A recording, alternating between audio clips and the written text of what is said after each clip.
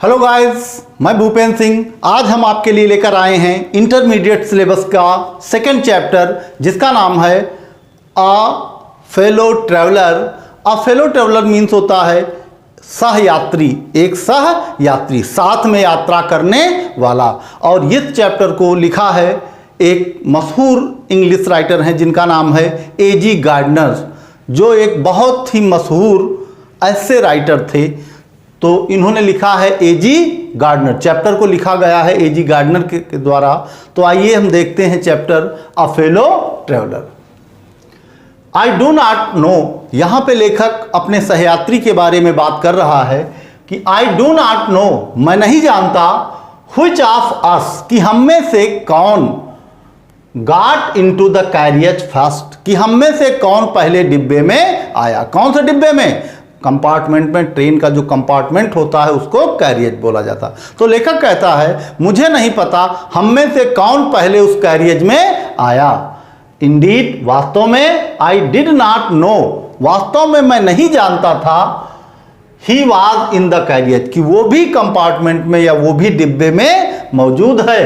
For some time, कुछ समय तक। तो कुछ समय तक तो मैं बिल्कुल नहीं जानता था कि मेरे अलावा वो भी उस कंपार्टमेंट में मौजूद है। It was the last train, और ये अंतिम ट्रेन थी, from London to a Midland town, ये लंदन शहर से मिडलैंड टाउन को जाने वाली उस दिन की ये अंतिम ट्रेन थी। एन आई स्टॉपिंग ट्रेन, और ये स्टॉपिंग ट्रेन थी। स्टॉपिंग ट्रेन का मतलब होता रुक रुक कर चलने वाली, हर स्टेशन पर रुक जाने वाली। तो ये एक स्टॉपिंग ट्रेन थी, आप ये कह सकते हो ये एक पैसेंजर ट्रेन थी। एंड इनफाइनेटली लिजरली, जो अत्यंत फुर्सत वाली ट्रेन थी, या अत्यंत फुर्सत के में सफ़र करने वाली ट्रेन थी। इस ट्रेन का अराइवल कोई निश्चित नहीं था, क्योंकि जो पैसेंजर होती हैं अमूमन उनमें समय की कोई सीमा नहीं होती है कि वो कितनी डिस्टेंस कितने समय में तय करेंगी। तो एन इनफाइनेटली लिजरली ट्रेन, ये अत्यंत फुर्सत वाली ट्रेन थी।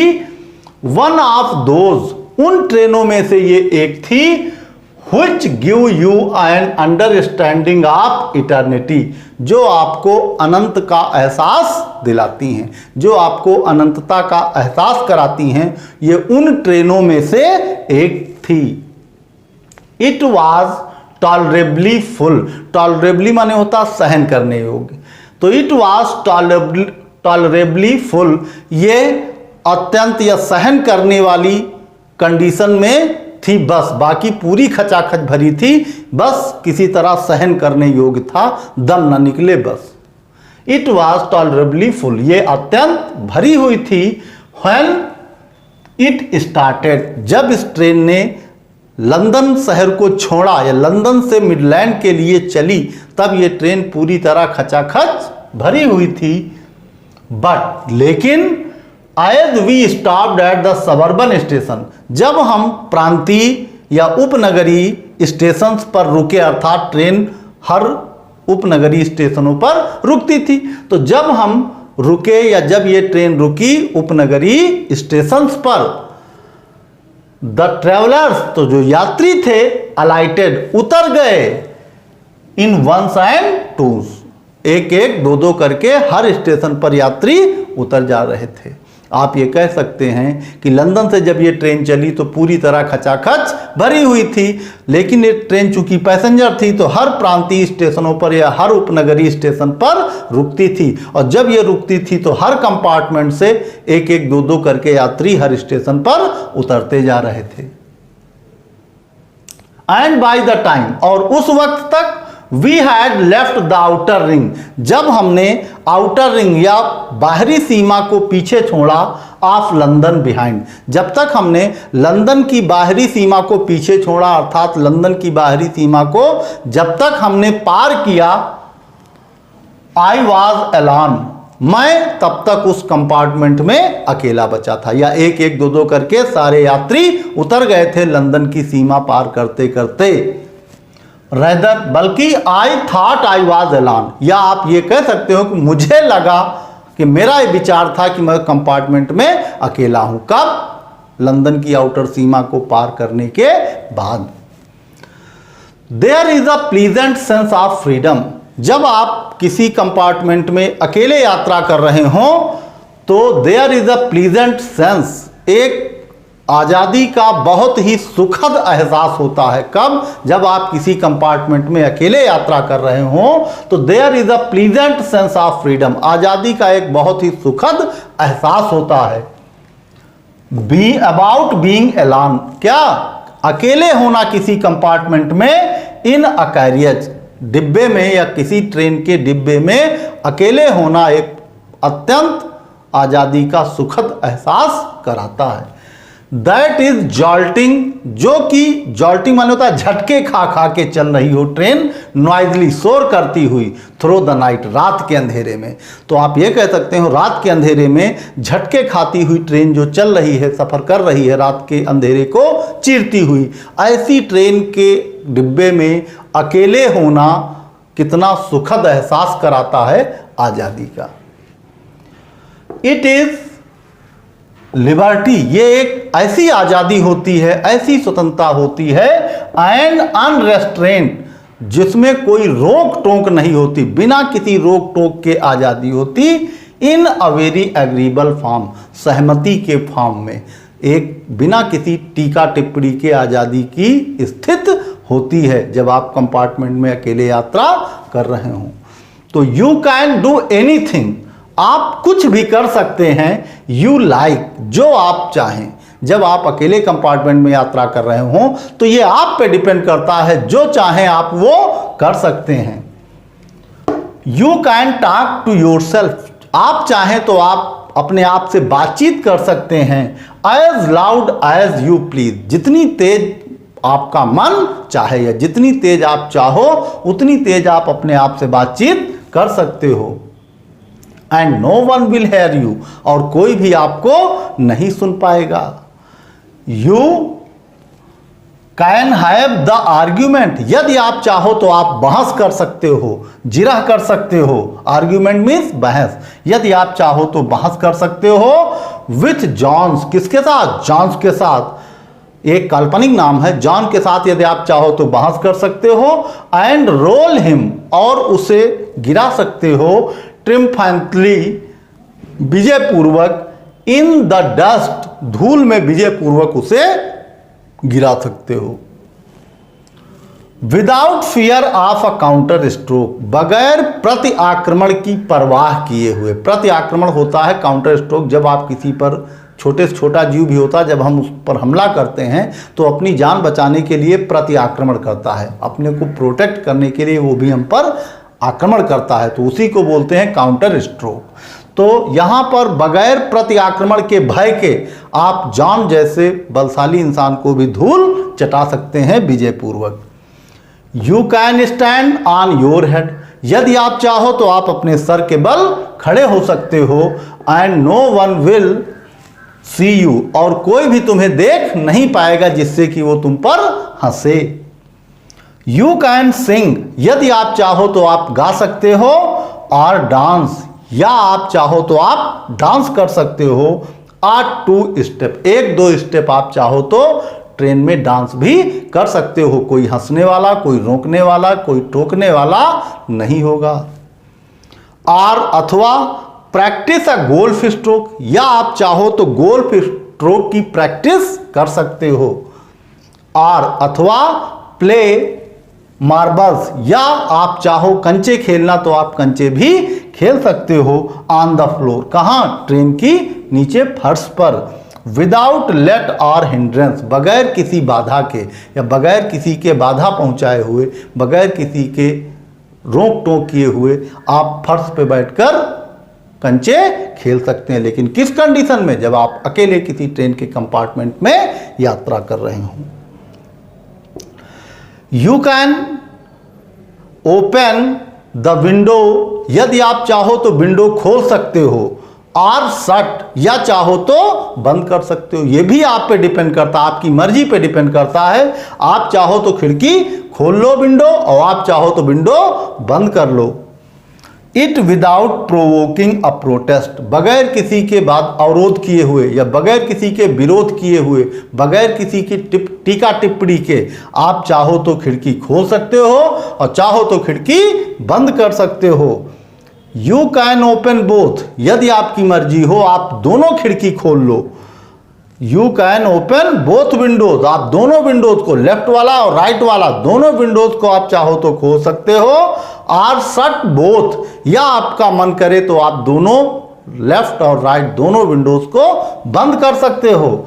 इंडीड, वास्तव में, you can go on opening, यदि आपकी मर्जी हो, आपको अच्छा लगे तो बार बार उनको खोलते बंद करते रह सकते हो। You can go on opening them, आपकी अगर मर्जी हो तो आप उनको खोलते बंद करते रह सकते हैं। एंड शटिंग देम, आप खोलते रह सकते हैं बार बार और मन करे आप बार बार खोलते और बंद करते रह सकते हैं। As a sort of festival of freedom, थोड़ी थोड़ी देर पर। यह डिपेंड करता है आप पे कि आपको क्या पसंद है, जो आपको पसंद हो वो कर सकते हो। You can have any corner, यदि आप चाहें किसी भी कॉर्नर पे बैठना तो कोई भी कॉर्नर आप चूज कर सकते हैं, कोई रोकने वाला नहीं। लेकिन जब मुसाफिर होते हैं तब ये पॉसिबल नहीं है, कोई भी अपनी सीट आपको आसानी से लेने नहीं देगा। हर व्यक्ति विरोध करेगा कि ना ये मेरी सीट है, क्यों मैं उठ जाऊं जो आप बैठोगे। लेकिन जब आप अकेले कंपार्टमेंट में यात्रा कर रहे हो तो आपका जो कॉर्नर मन चाहे वो कॉर्नर चूज कर सकते हैं बैठने के लिए। लिखा है you can have any corner, कोई भी कॉर्नर आप सेलेक्ट कर सकते हैं बैठने के लिए। यू चूज, कोई भी कॉर्नर आप चूज कर सकते हो बैठने के लिए। And try all of them in turn, यदि आप चाहें तो बारी बारी से सारे कॉर्नर या सारी सीटों पर आप बैठने का प्रयास कर सकते हैं टर्न में, या एक के बाद एक सब सीटों पर बैठने का भी आप आनंद उठा सकते हैं। कोई आपको रोकने टोकने वाला नहीं होगा। तो आइए आगे देखते हैं। You can lie at full length, writer बता रहा है कि जब आप रात के अंधेरे में या सुनसान अकेले किसी डिब्बे में ट्रेन में यात्रा कर रहे हो तो आपके पास कौन कौन सी फैसिलिटीज होती हैं या आप किन किन चीज़ों को करने का मादा रखते हैं, या कौन कौन सी चीज़ें ऐसी हैं जो आप कर सकते हैं। आप करें या ना करें वो बात अलग की है, लेकिन आपको आज़ादी किन किन चीज़ों को करने की होती है वो डिपेंड करता है आप पे, क्योंकि उस समय कोई रोकने टोकने वाला नहीं होता है, ना कोई देखने वाला, ना कोई शिकायत करने वाला। तो यहाँ कहा गया है, लेखक कह रहा है कि you can lie at full length, यदि आप चाहो तो फुल लेंथ में आप लेट सकते हो। On the cushion and enjoy the luxury of breaking the regulation and possibly the hurt of DORA herself, आप चाहो तो पूरी लेंथ में सीट पर लेट सकते हो। अमूमन होता क्या, सीट टिकट लेके आपको बैठने के लिए है, न कि लेटने के लिए, वो रिजर्वेशन में मिलती है आपको। तो वैसे तो रूल ये कहता है कि आपने टिकट लिया है तो आपको बैठने का अधिकार है, सीट पे लेटने का अधिकार आपको नहीं। लेकिन जब आप कंपार्टमेंट में अकेले यात्रा कर रहे हो तो आप चाहो तो पूरे कुशन पर फुल लेंथ में लेट सकते हैं और आनंद उठा सकते हैं, द लग्जरी, उन आनंदों का, विलासताओं का, आप ब्रेकिंग द रेगुलेशन, अर्थात नियमों को तोड़ने का भी आप आनंद उठा सकते हैं। एंड पॉसिबली, कौन से नियमों का, जो DORA का नियम है। DORA होता है जिसका full form defence of realm act, ये एक कानून है और जिस कानून के तहत किसी भी व्यक्ति को राज्य या सरकारी संपत्ति को हानि पहुंचाने का, नुकसान पहुंचाने का कोई अधिकार नहीं होता है। तो possibly the hurt of DORA herself, आप चाहो तो DORA के नियमों का तोड़ने का भी आनंद ले सकते हो, और चूंकि कोई देखने वाला नहीं, कोई गवाह नहीं है, तो आपको उस गुनाह के लिए या उसके लिए कोई अर्थदंड भी मिलने वाला है, अर्थदंड भी आप पर लगने वाला नहीं है। Only DORA will not know, और जिसको आप तोड़ रहे हैं, जिसका हृदय तोड़ रहे हैं, उसे भी ये पता नहीं चलेगा that her heart is broken, अर्थात DORA को भी ये नहीं पता चलेगा कि उसके नियमों का उल्लंघन किया गया है, उसके बनाए गए रेगुलेशन रूल्स को तोड़ा गया है। खुद DORA को पता नहीं चलेगा कि उसके हृदय को तोड़ा गया है। और यू हैव एस्केप्ड, और आप बच जाओगे, ये भी तय है, क्योंकि कोई देखने वाला ही नहीं, कोई गवाह ही नहीं, तो कौन तुम्हारे खिलाफ गवाही देगा, क्योंकि वहां कोई है नहीं, तो पता है किसी को क्या चलेगा किसने तोड़ा। You have escaped even DORA, और आप DORA के नियमों से भी बरी हो जाएंगे, उससे भी आपको कोई दंड मिलने वाला नहीं है। ऑन दिस नाइट, ये सारी चीजें लेखक कहता है कोई भी व्यक्ति अगर चाहे तो कर सकता है अकेले कंपार्टमेंट में यात्रा करने के दौरान, लेकिन on this night I did not do any of these thing. लेखक कहता है कर तो कुछ भी कर सकता था मैं, लेकिन ऑन दिस नाइट, उस रात, I did not do any of these thing, इन सभी चीजों में से मैंने कोई भी चीज नहीं किया, अर्थात इन सारी चीजों में से मैंने कोई भी चीज नहीं किया, इन सारी हरकतों में से मैंने कोई भी हरकत नहीं की। They did not happen to occur me, ऐसी कोई भी चीजें मेरे मस्तिष्क में आई ही नहीं, मतलब ऐसा कोई भी मेरे मस्तिष्क में बाउंडर आया ही नहीं कि मैं इन चीज़ों को करूं जिनका जिक्र किया गया, अर्थात कानून नियमों को तोड़ने के कई सारे अवसर होते हैं, लेकिन लेखक कहता है कि ऐसा कोई भी फितूर मेरे दिमाग में ना आया कि मैं वो करूं। व्हाट आई डिड, और जो कुछ भी मैंने किया, वाज मच मोर ऑर्डिनरी, वो मात्र सामान्य सा था, मतलब जो मैंने किया वो मात्र साधारण सा था, साधारण सी बात थी। क्या? When the last of my fellow passengers, जब मेरा अंतिम सहयात्री हैड गॉन, उतर कर चला गया, I put down my paper, तो जो मैं पेपर लिए पढ़ रहा था उस पेपर को मैंने बगल में रख दिया। स्ट्रेच्ड माई आर्म्स, अपने दोनों हाथों को फैलाया, क्योंकि बैठे बैठे शरीर में अकड़न सी आ गई थी, तो दोनों हाथों को फुल लेंथ में राइटर ने फैलाया। एंड माई लेग्स, और अपने पैरों को भी उसने फैलाकर शरीर की अकड़न दूर करने का प्रयास किया।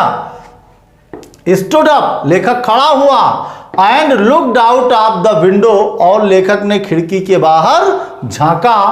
ऑन द काम समर नाइट, उस खामोश रात में, काम शांत, गर्मी की शांत रात में खिड़की के बाहर झांका चलती ट्रेन से।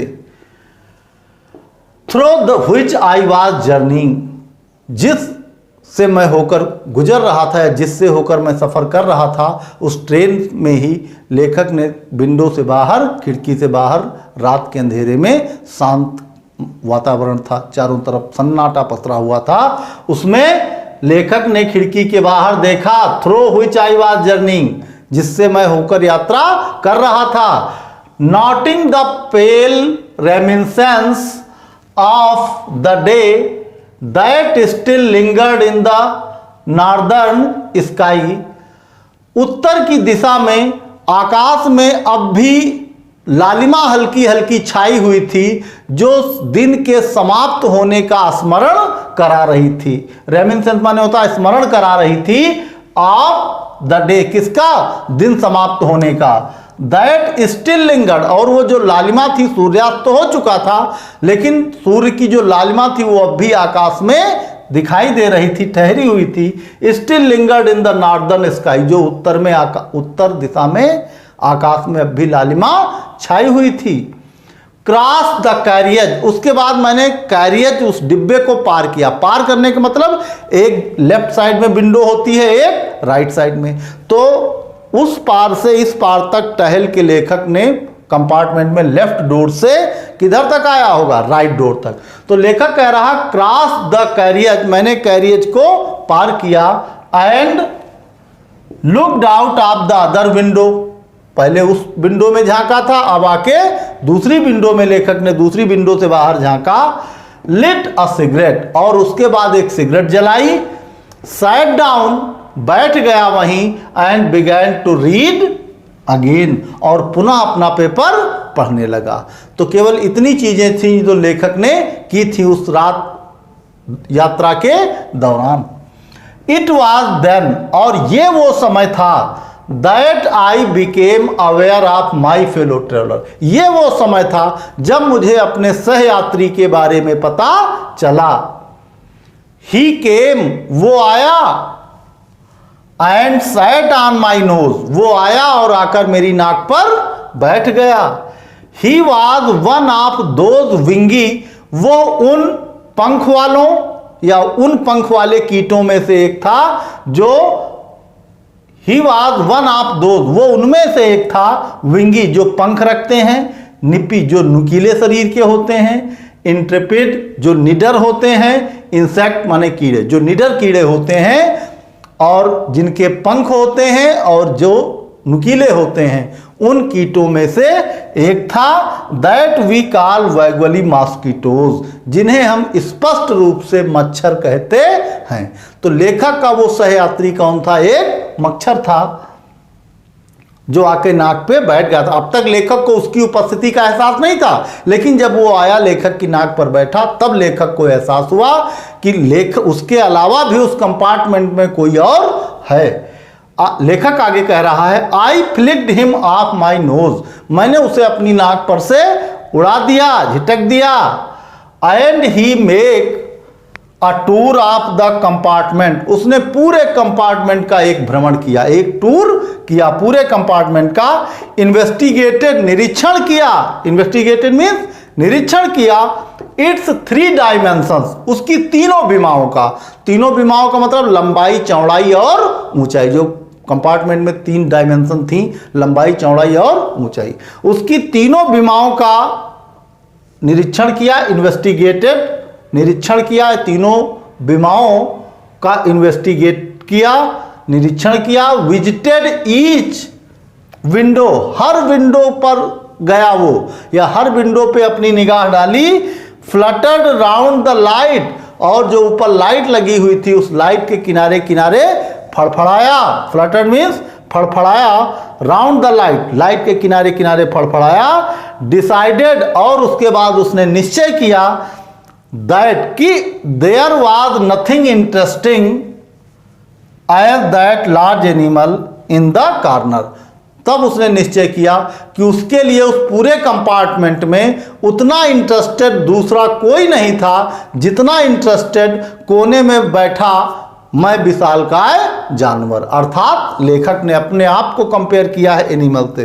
तो लेखक कहता है नथिंग इंटरेस्टिंग, उसे उस पूरे कंपार्टमेंट में कोई चीज उतनी इंटरेस्टिंग ना लगी, उतनी रुचिकर ना लगी। एज दैट लार्ज एनिमल, मुझ जैसा विशाल जानवर, मुझ जैसा, क्योंकि मच्छर से तुलना की जाए तो बहुत कई गुना शरीर है लेखक का, तो मुझ जैसा विशाल जानवर जो था उसको उसके अलावा कोई दूसरी चीज इंटरेस्टेड पूरे कंपार्टमेंट में ना दिखी।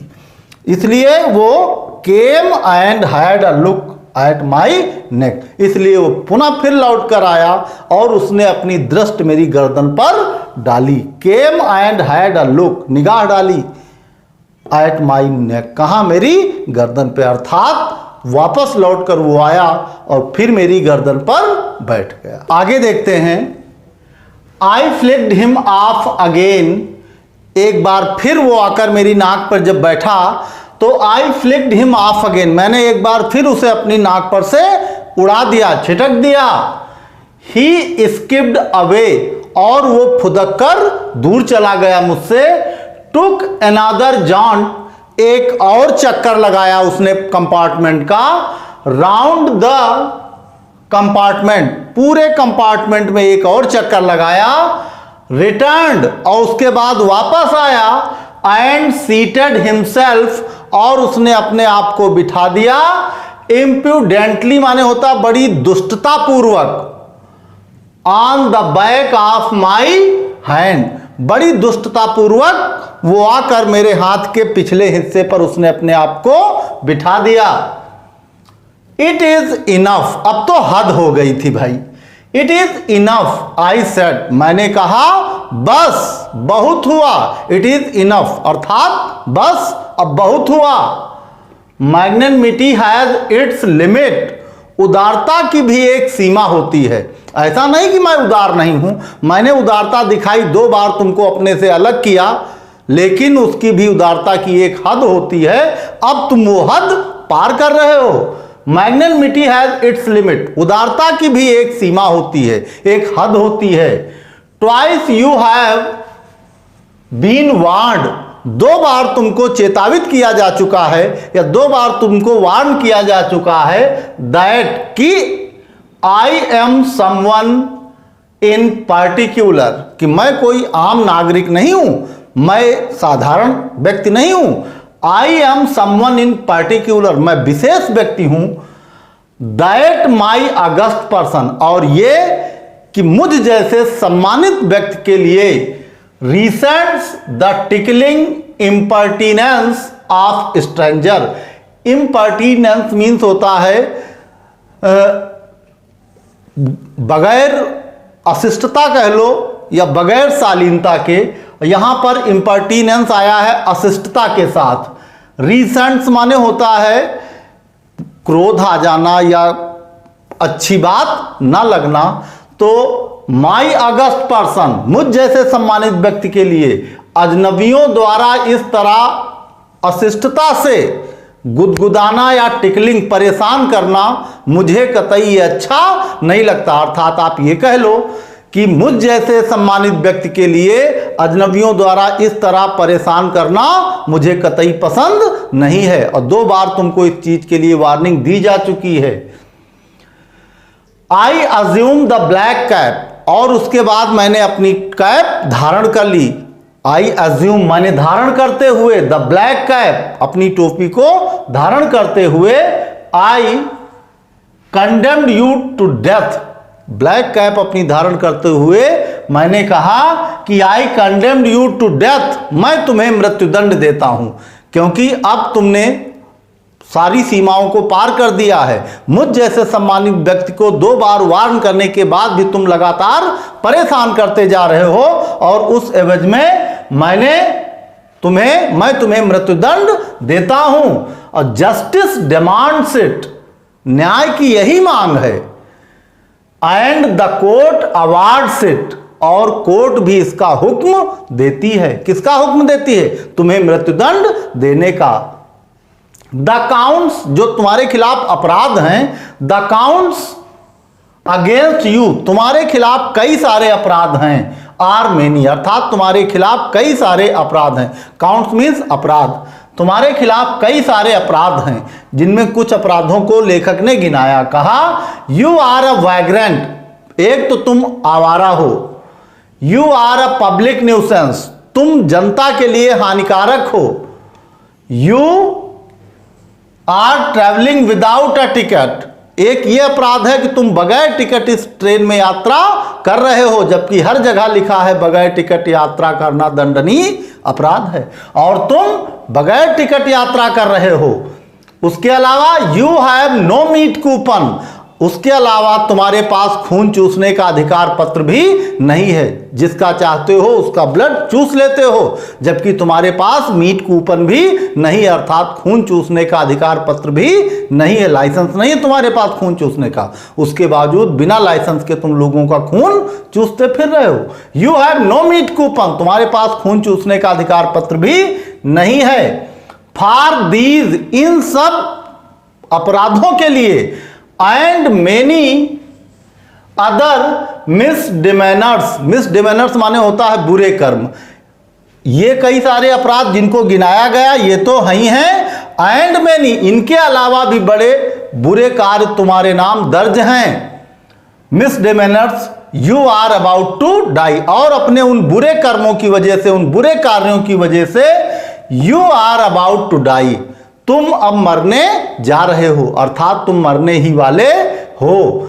आई struck a swift lethal blow, और इतना कहकर आई स्ट्रक, स्ट्रक माने होता है प्रहार किया, अस्विफ्ट तेजी से, लीदल माने होता है घातक, इतना कहकर मैंने तेजी से घातक प्रहार किया।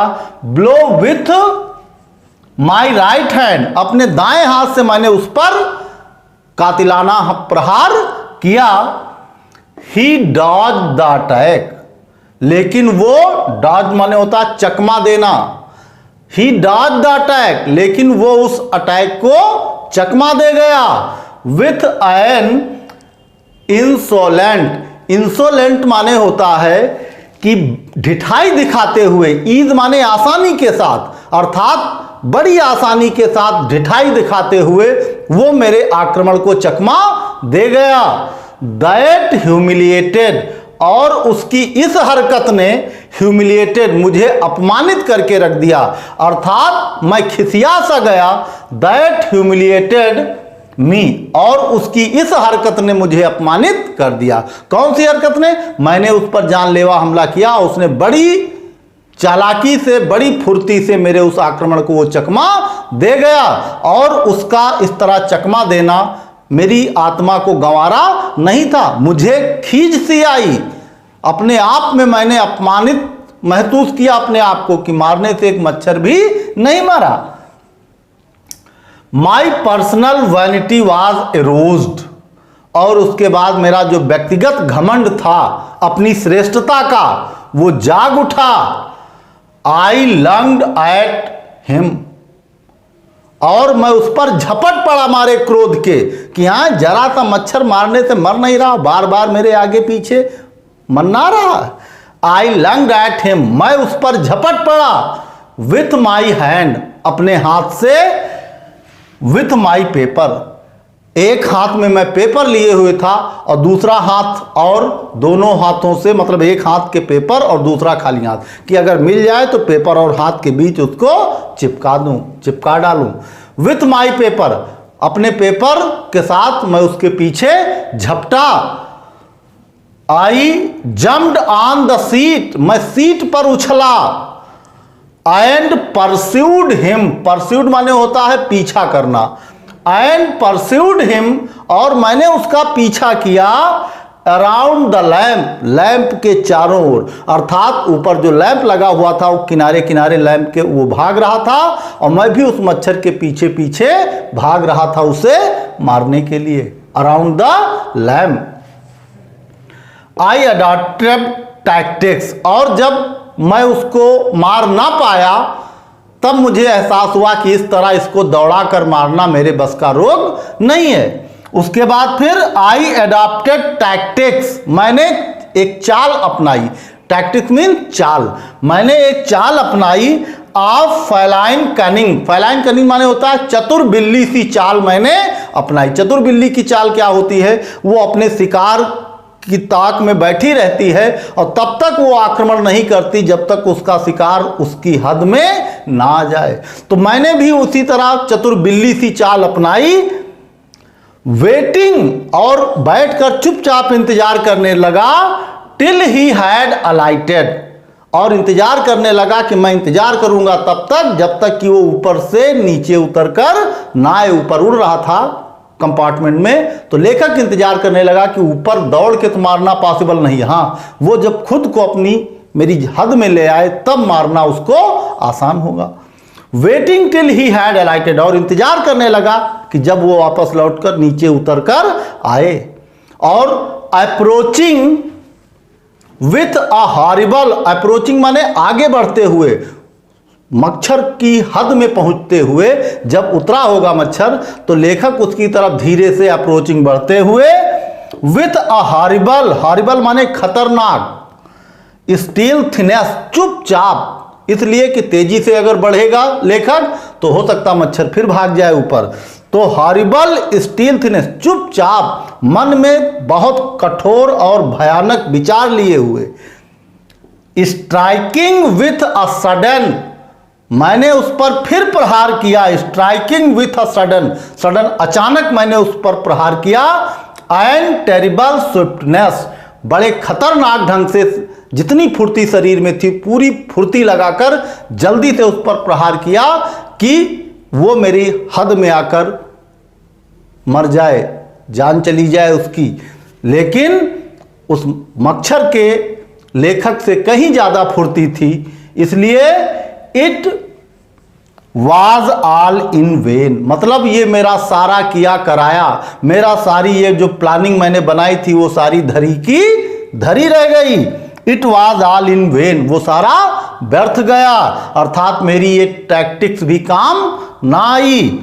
ही प्लेड विथ मी, वो खेला मुझसे, ओपनली, खुले तौर पे, एंड ऑस्टेंटिवसली माने होता दिखावे के लिए, वो मुझसे खेल रहा था, अर्थात वो मुझसे खेला, सामने आकर के दिखा दिखा कर, अपने आप को बार बार मेरे सामने ला ला कर खुले तौर पे वो मुझे चैलेंज कर रहा था कि अब मार सको तो मार के दिखाओ।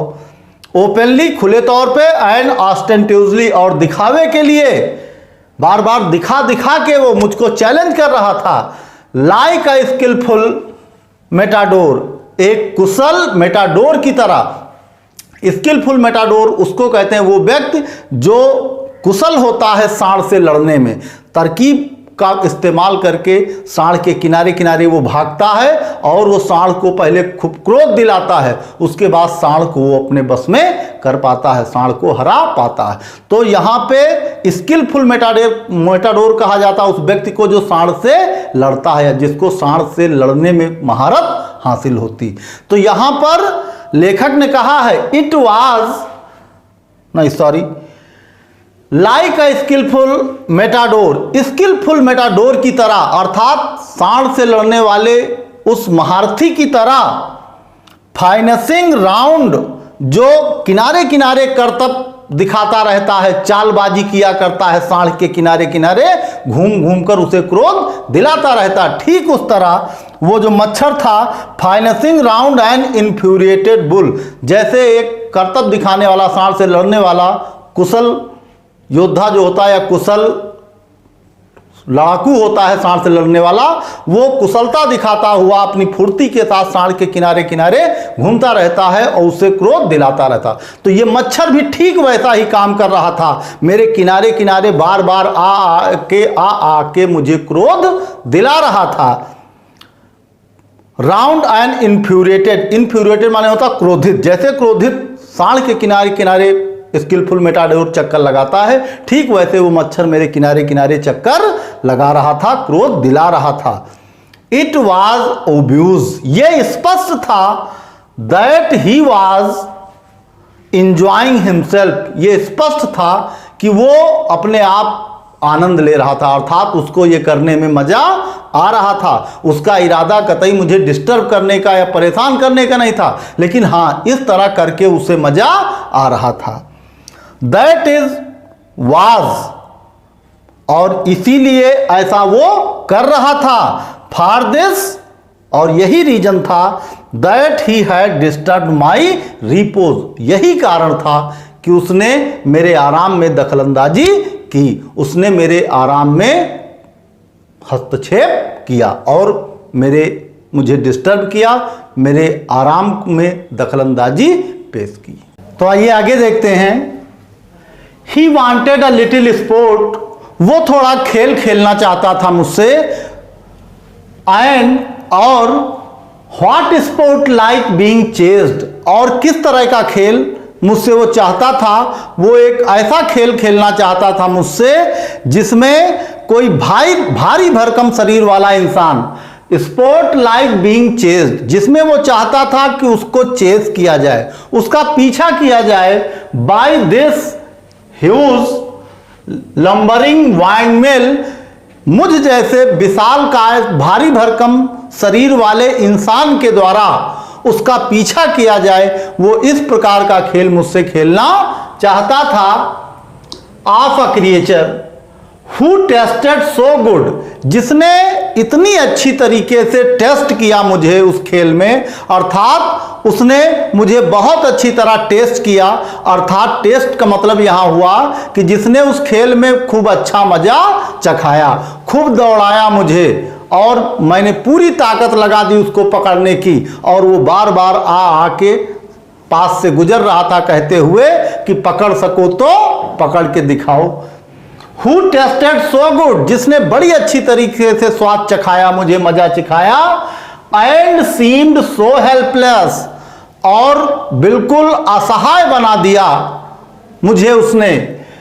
एंड सो स्टूपिड, बिल्कुल असहाय और मूर्ख बना दिया मुझे उसने उस खेल में, या जिस तरह का खेल वो चाहता था उस तरह का वो खेल रहा था मुझसे। ये तो मेरा भ्रम था कि मैं उसका पीछा कर रहा हूं, जबकि वास्तविकता ये थी कि वो जानबूझकर अपने इशारों पे मुझे अपने पीछे नचा रहा था, और उसने मुझे परेशान करके रख दिया, अर्थात मुझे अच्छा मजा चखाया और मुझे असहाय और मूर्ख बना दिया। उसके बाद I began to enter into the spirit, जब थक हार गया उसका पीछा करते करते, लेकिन वो मेरी पकड़ में ना आया। उसके बाद लेखक कहता है I began to enter into the spirit of the fellow, अब मैं उस पतंगे की या उस मच्छर की भावनाओं में खोने लगा, उसके बारे में सोचने लगा। I began to enter into the spirit of the fellow, उस फेलो या उस मच्छर के बारे में विचार करने लगा, उसकी भावनाओं में खोने लगा।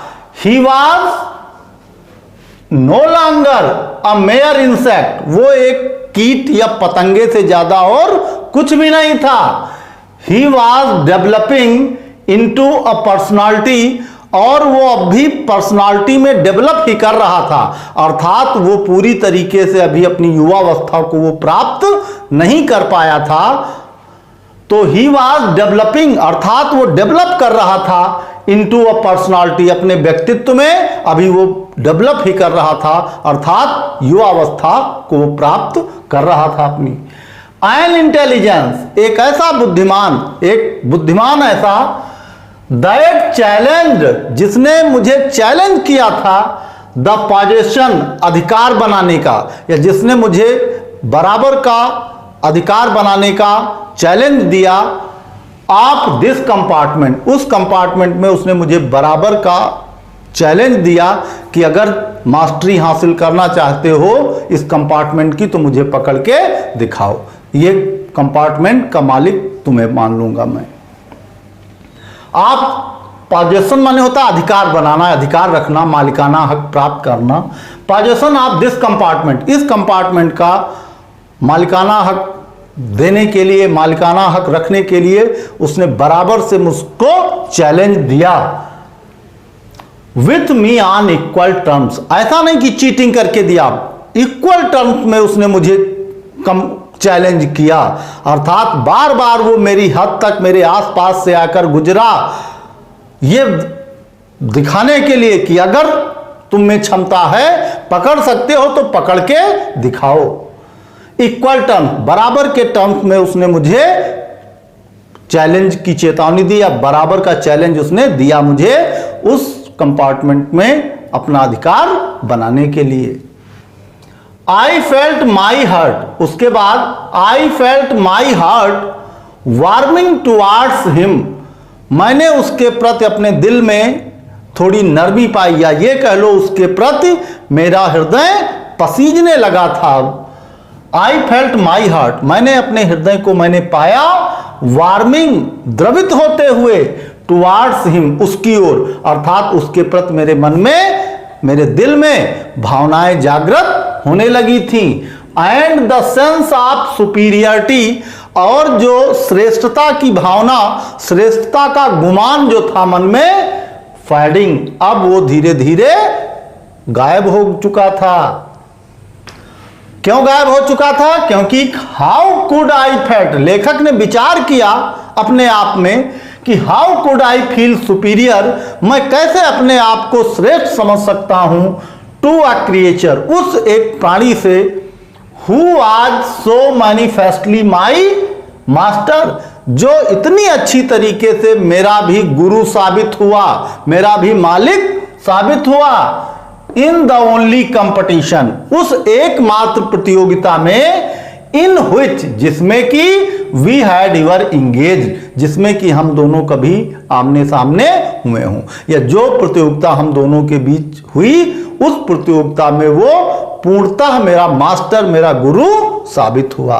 तो कैसे मैं उससे अपने आप को बेहतर समझ सकता हूं?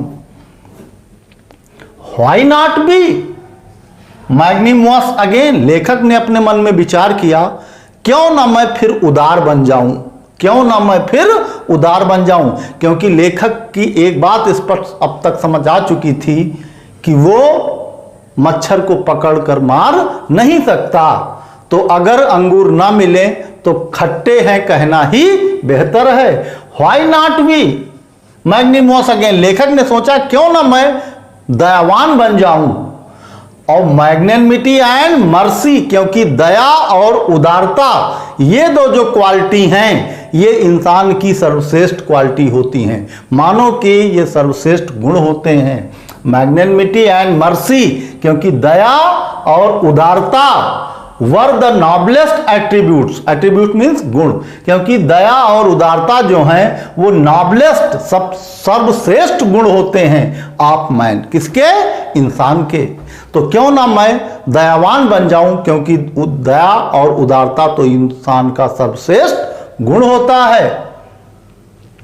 In the exercise of these high qualities, इंसानियत का जो सर्वश्रेष्ठ गुण होता है दया और उदारता, तो उस दया और उदारता के गुणों को अपनाकर I could recover my Prestige, उन गुणों को अपनाकर ही मैं अपना सम्मान बचा सकता था। आई कुड रिकवर, मैं रिकवर कर सकता था, पुनः हासिल कर सकता था माई प्रेस्टीज, अपना सम्मान। प्रेस्टीज मीन्स सम्मान।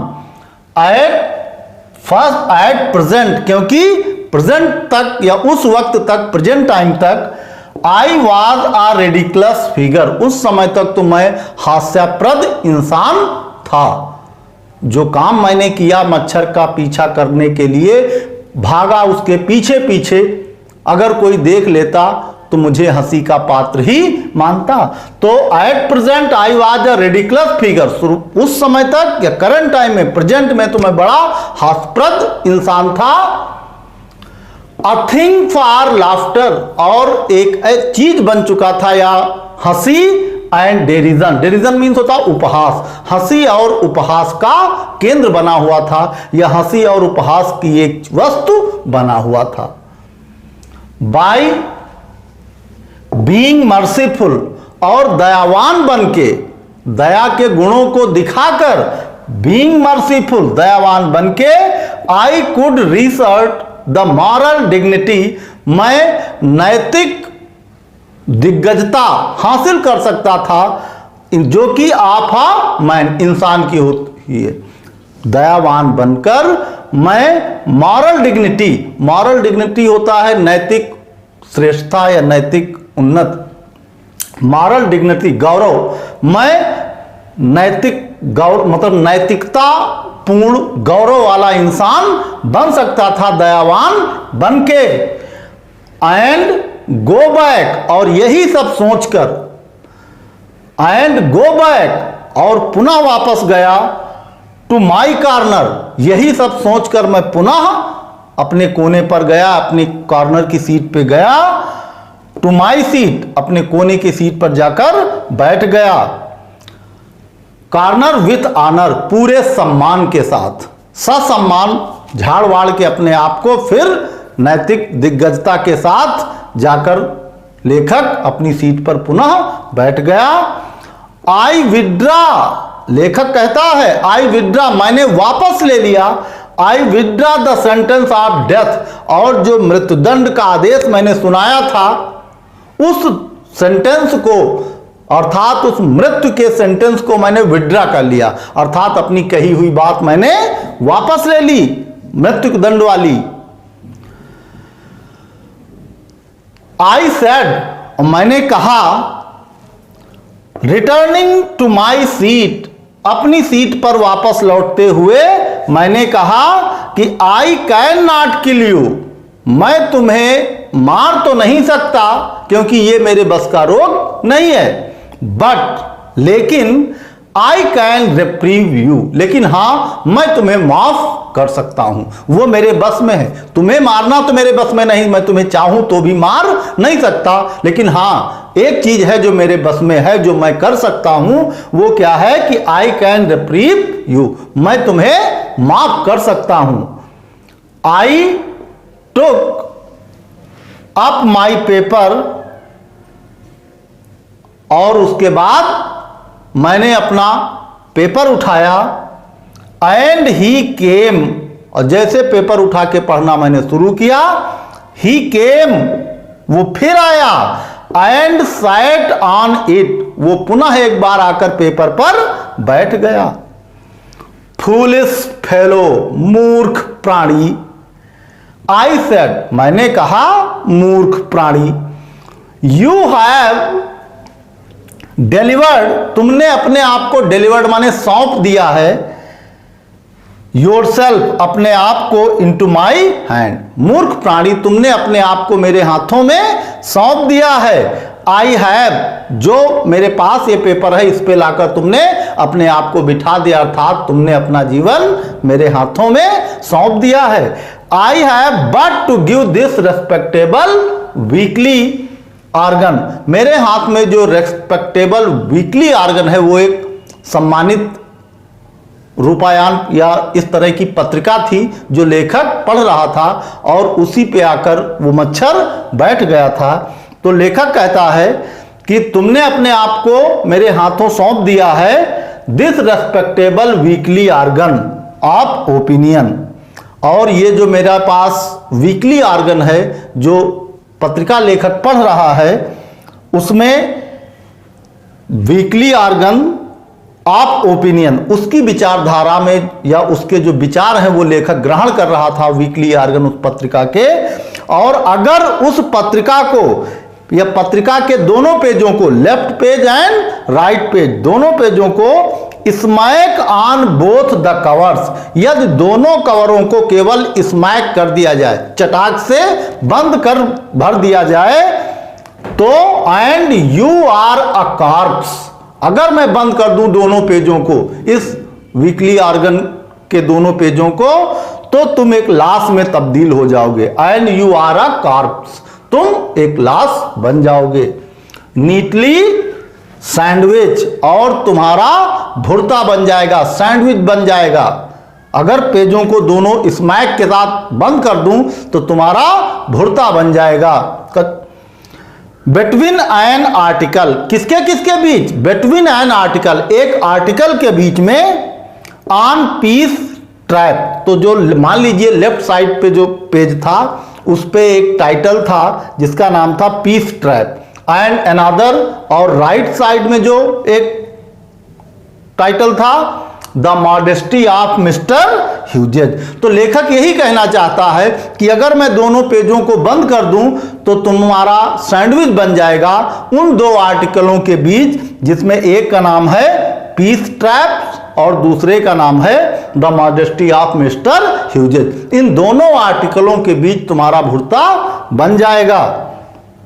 बट अगर मैं चाहूं तो, लेकिन आई शैल नॉट डू इट, लेकिन मैं ऐसा नहीं करूंगा। क्या नहीं करूंगा? मैं चाह कर भी अब इन दोनों पेजों को बंद नहीं करूंगा। हां, थोड़ी देर पहले अगर तुम आए होते, अपने आप को डिलीवर किया होता थोड़ी देर पहले, जब तुम्हारे प्रति मेरे मन में क्रोध था, तो जरूर कोशिश करता तुमको इन दोनों पेजों में दबाकर मार डालने की, लेकिन अब ऐसा नहीं करूंगा। क्यों? But I shall not do it, लेकिन मैं ऐसा करूंगा नहीं। क्यों? क्योंकि आई हैव रिप्रीव्ड यू, क्योंकि मैंने तुम्हें माफ कर दिया है, मैंने तुम्हें माफ कर दिया है। And I will satisfy you, और मैं तुम्हें यह भरोसा दिलाना चाहता हूं, सेटिस्फाइड करना चाहता हूं, दैट कि when this large animal says a thing, जब यह विशालकाय जानवर अर्थात मैं अगर कुछ कहता हूं तो ही मीन्स इट, तो उसका वही मतलब होता है जो मैं कहता हूं। अर्थात जब माफ कर दिया तो माफ कर दिया, अब मैं अपनी जबान से फिरने वाला नहीं हूं, अपनी बात से मुकरने वाला नहीं हूं। तो आइए अब आगे देखते हैं। मोर इवर, उसके अलावा, I no longer desire to kill you, उसके अलावा अब तुम्हें मारने की मेरी कोई इच्छा भी नहीं रही। थोड़ी देर पहले तक तो वो इच्छा थी, लेकिन अब तुम्हारे प्रति एक अफेक्शन जाग उठा है, मन में, इसलिए। और दूसरी चीज कि मैंने तुम्हें माफ किया है, तो एक वो कारण है। दूसरा ये कारण कि अब मारने की कोई ख्वाहिश भी नहीं रही तुम्हें हमें। तो I no longer desire to kill you, तुम्हें मारने की भी अब कोई इच्छा मन में नहीं रही। थ्रो नोइंग यू बेटर, तुम्हें अच्छे ढंग से समझने के बाद I have come to feel, मैंने ये महसूस किया है। शैल आई से, क्या मैं बता दूं कि तुम्हारे बारे में अब मेरे अंदर कैसी भावनाएं हैं। शैल आई से, क्या मैं बता दूं कि अब कैसा मैं तुम्हारे लिए महसूस कर रहा हूं। अ सॉर्ट ऑफ अफेक्शन, एक प्रकार का स्नेह जागृत हुआ है तुम्हारे प्रति मेरे मन में। फॉर यू, तुम्हारे लिए। आई फैंसी, मैं ऐसा समझता हूं या मैं ऐसा मानता हूं। दैट, फैंसी मीन्स समझता हूं या ऐसा मानता हूं, इमेजिन करता हूं। दैट की सेंट फ्रांसिस जो हैं would have called you little brother, मैं ऐसा मानता हूं कि सेंट फ्रांसिस तुम्हें अपना छोटा भाई कहते होंगे।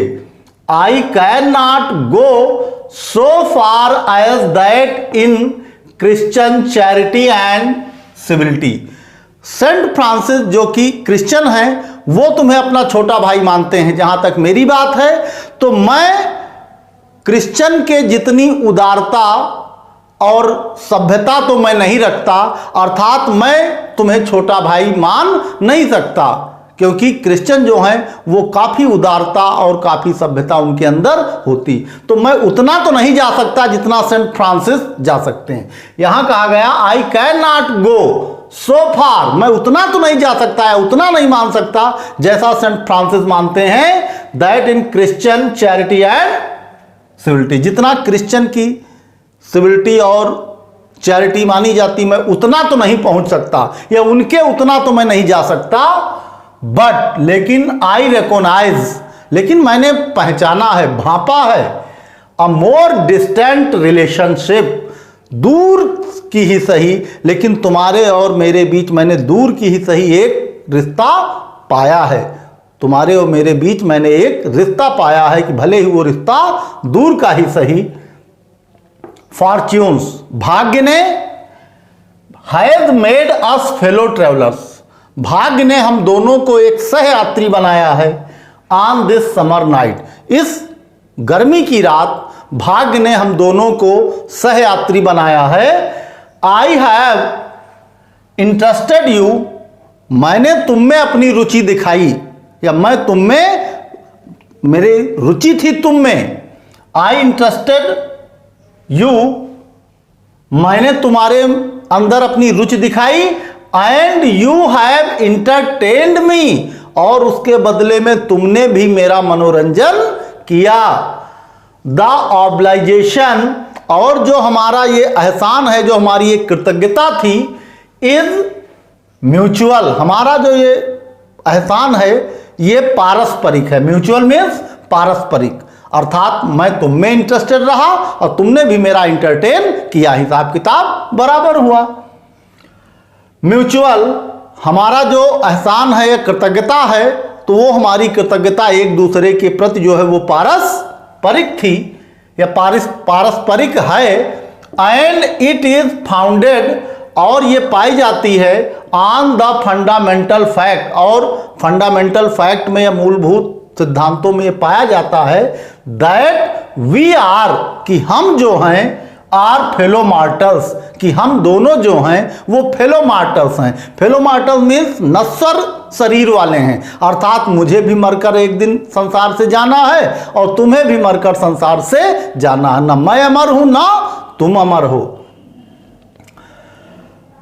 मॉर्टल्स, द मिरेकल, और जो चमत्कार हैं आप लाइफ, जीवन के, इन अवर्स, हमारे जीवन के जो चमत्कार हैं, in common and its mystery too, हमारे जीवन के, हमारे और तुम्हारे दोनों के जीवन के जो चमत्कार हैं, जो रहस्य हैं, वो दोनों एक समान हैं।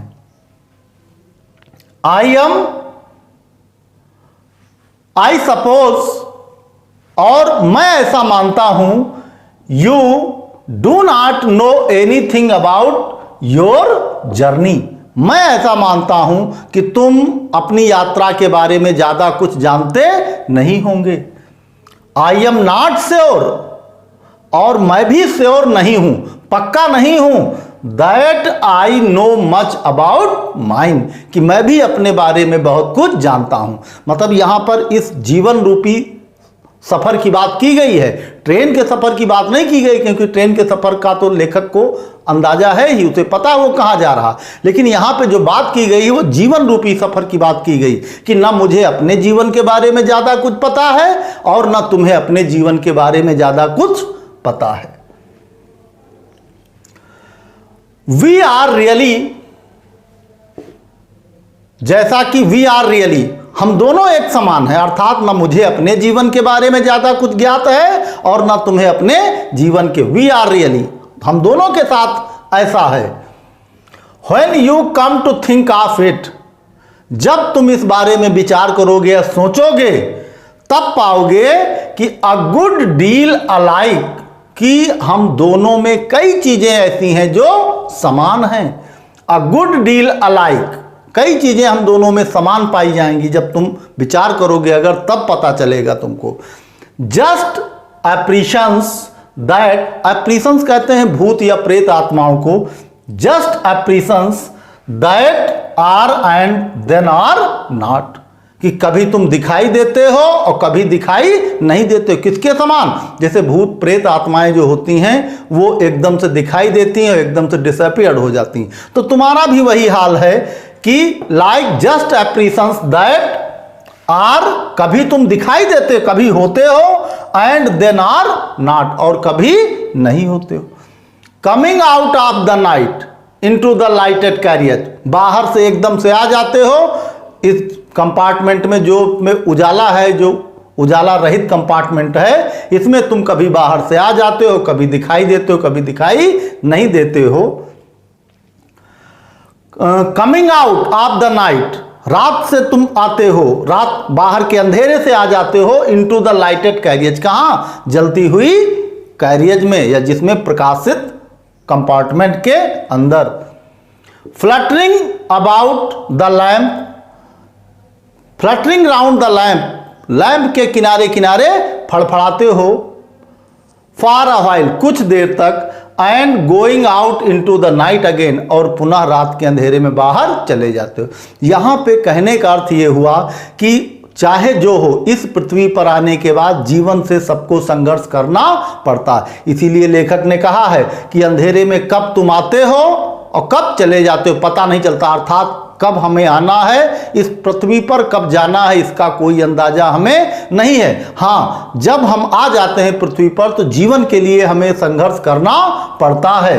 तो वही कहा गया कि fluttering about the lamp, lamp के किनारे किनारे फड़फड़ाते हैं, अर्थात जीवन के प्रति हम संघर्ष करना पड़ता है।